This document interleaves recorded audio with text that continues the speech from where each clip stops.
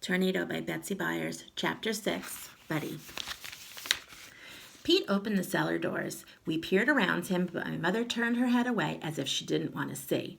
There was hail lying on the ground and broken limbs and leaves everywhere. "No real damage," Pete called to my mother in a cheerful voice. My mother folded her hands over her heart. "But I still don't like the look of the sky," Pete said. "We better sit tight." He closed the door and sat down. "Do you remember anything else about Tornado?" I prompted. "I remember one time. This is the saddest day of my life. I hate to tell it." "Please," I said. "Well, my daddy and I went to town in the truck. Tornado was in the back. We hadn't planned on taking him, but as soon as my daddy lowered the tailgate, he jumped in like he knew what he was doing, and he got to go. My daddy and I parked the truck on the side of the street and went to the hardware store. Tornado stayed behind in the truck. We were gone about an hour. When I came back, my dad was loaded down with things, and I was carrying a paper bag filled with different sizes of nails.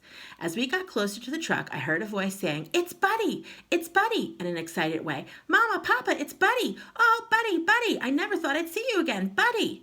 There was a family standing around the back of our truck, and one of the girls had climbed in. She had thrown her arms around Tornado's neck. She was the one saying all the time, "Buddies."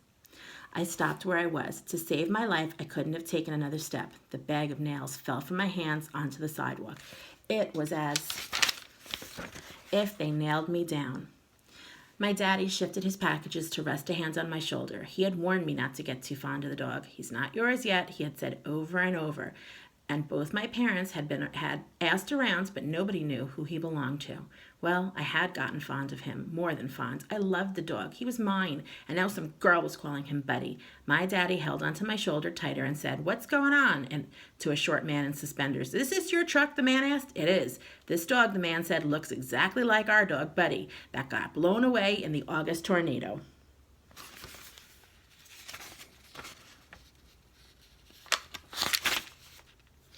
"That's about when we found him," my daddy admitted. "He came to us. He was in our yard." I had stopped breathing. Everybody had, except for the short man in the suspenders.